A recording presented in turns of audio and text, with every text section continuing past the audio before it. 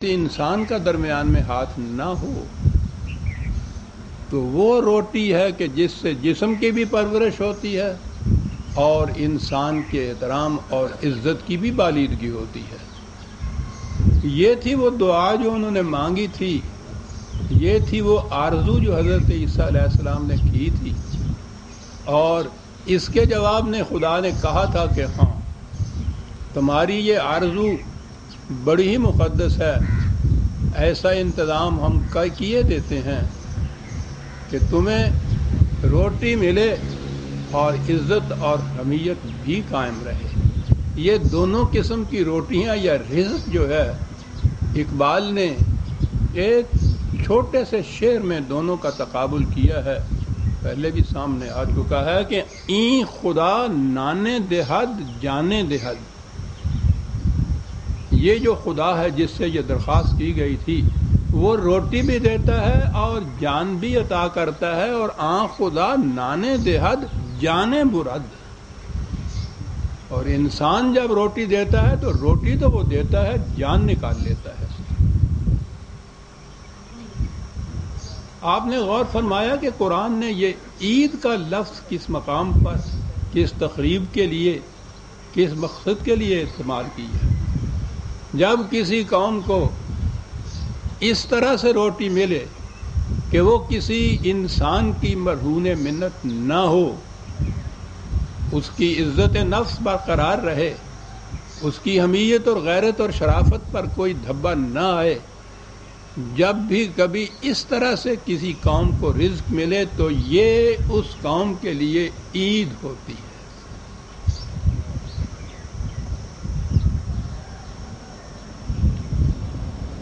یہی وہ آسمانی رزق تھا۔ اب آپ نے سمجھ لیا کہ یہ کوئی طباق مچھلی والا اترنے کی بات نہیں تھی، یہ تھا وہ آسمانی رزق جس کے متعلق انہوں نے کہا تھا انتا کل منہا و تطمئن قلوبنا، روٹی کھائیں تو دل کو اطمینان بھی نصیب ہو۔ یہ وہ روٹی ہے جس سے جسم ہی کی پرورش نہیں ہوتی، دلوں کی تسکین بھی ہوتی۔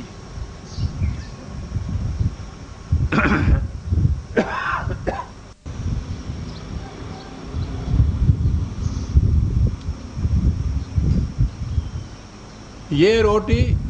کہ جس کے نتائج سے بیزار ہو کر انہوں نے یہ آرزو خدا سے کی تھی، پھر اقبال ہی کا شعر سامنے آتا ہے کہ اے طائر لاہوتی،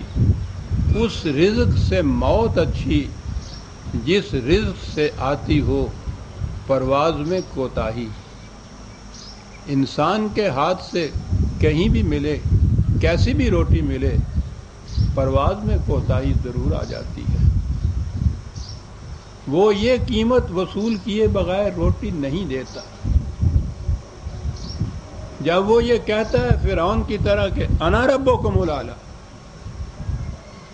تمہاری روٹی میرے ہاتھ میں ہے، اس کے ہاتھ کی مانگی ہوئی روٹی جب کھاتی تھی تو وہ اس کی قیمت وصول کرتا تھا، یذبحون ابناءہم ویستحیون نساءہم۔ وہ اس قوم کے تمام ایسے اشخاص کو کہ جس میں وہ محسوس کرتا کہ کچھ عزت نفس کا پاس ہے، ان کو ذبح کر دیتا تھا۔ یہ ہے وہ قیمت جو انسان دوسرے انسان کو روٹی دینے سے وصول کرتا ہے۔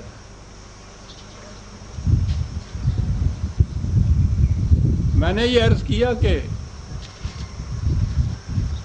خدا نے، حواریوں نے یہ کہا تھا اور خدا نے یہ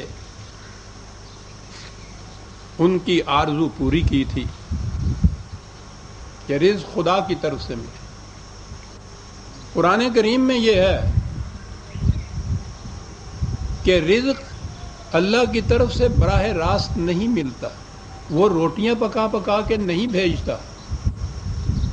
وہ ایسا ایک نظام قائم کرتا ہے اپنے قوانین کی روح سے جس میں ہر فرد کو بلا مانگے،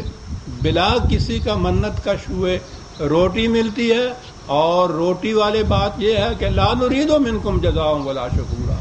یہ جو انتظام کرتے ہیں اس کا ان سے کہتے ہیں کہ اس کا معاوضہ اور بدلہ تو ایک طرف، ہم شکریہ کے بھی مستحق کی بھی متمنی نہیں ہیں۔ وہ ایک نظام ہوتا ہے جس نظام کے تابع یہ رزق ملتا ہے، جس میں شرف انسانیت کی بالیدگی ہوتی ہے۔ یہ انسانیت کی بڑی محرومی ہے اور بد نصیبی ہے کہ حضرت عیسیٰ علیہ السلام اور ان کے مقدس ساتھیوں کی اصلی تصویر یا تو ان کے نام لیوں کی عقیدت مندی کی شمعوں کے دھوؤں میں ڈھپ گئی، اور یا اسے افسانہ ترازیوں کے پردے میں چھپا دیا گیا، جس کی وجہ سے یہ حقیقت سامنے آ ہی نہ سکی کہ انہوں نے وہ کون سا نظام قائم کیا تھا جس کی روح سے روٹی اس طرح سے ملتی تھی کہ اس میں کسی انسان کا ہاتھ نہیں ہوتا تھا۔ اگر وہ تصویر سامنے آتی تو معلوم ہوتا کہ انہوں نے حضرت عیسیٰ علیہ السلام نے کس طرح سے یہودی پیشوائیت کے خود ساختہ نظام ہیکل اور رومیوں کے قصر حکومت کی بنیادوں تک کو ہلا دیا تھا۔ اگر ان کی صحیح تصویر سامنے آ جاتی تو معلوم ہو جاتا کہ وہ نظام کس قسم کا تھا جو انہوں نے قائم کیا تھا۔ وہیں ہماں یہ محرف انجیل جو ہے اس میں بھی بچے کھچے کچھ اس قسم کے آثار مل جاتے ہیں، جس سے کچھ نشانی ہمارے سامنے آتی ہے کہ وہ نظام کس قسم کا تھا۔ یہ حضرت عیسیٰ علیہ السلام نے اعلان کیا تھا، اے محنت کشو، اے بوجھ سے دبے ہوئے مزدوروں، میری طرف آؤ، میں تمہیں دکھ سکھ اور اطمینان دوں گا۔ انہیں بلایا تھا انہوں نے، اور اس کے بعد جو نظام قائم کیا تھا، انجیل میں ایک باب ہے رسولوں کے اعمال، اس میں یہ لکھا گیا ہے کہ ایمانداروں کی جماعت ایک دل ایک جان تھی، اور کوئی بھی اپنے مال کو اپنا مال نہیں کہتا تھا، ان کی سب چیزیں مشترک تھیں،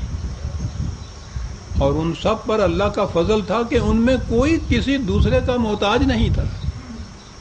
اللہ کا فضل،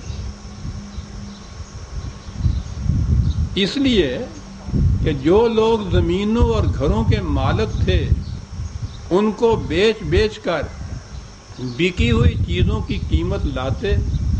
اور رسولوں کے پاؤں میں رکھ دیتے، پھر وہ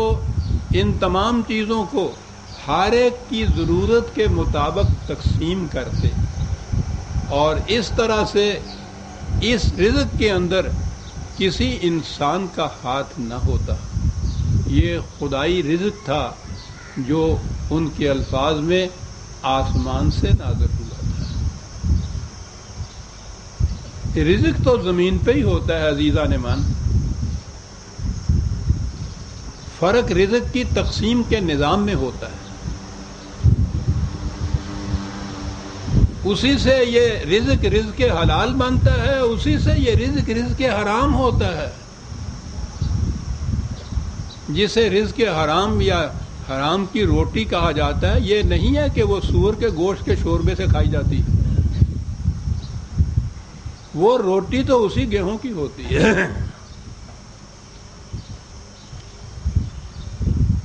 تقسیم رزق اگر باطل کا نظام ہے، جو میں ابھی عرض کروں گا کہ کیسے پھر وہ ہوا، تو اس سے رزق جو ہے، ابھی قرآن کی آیات سامنے آئیں گی، اسی سے وہ رزق حلال ہوتا ہے، اسی سے وہ رزق حرام ہوتا ہے۔ یہ تھا بہرحال محرف انجیل میں بھی جو نشانات ملتے ہیں کہ انہوں نے کس قسم کا نظام قائم کیا تھا۔ قرآن کریم ہمیں بتاتا ہے کہ الدین شروع سے آخر تک ایک ہی چلا آیا تھا، اس کے اصول وہی یکساں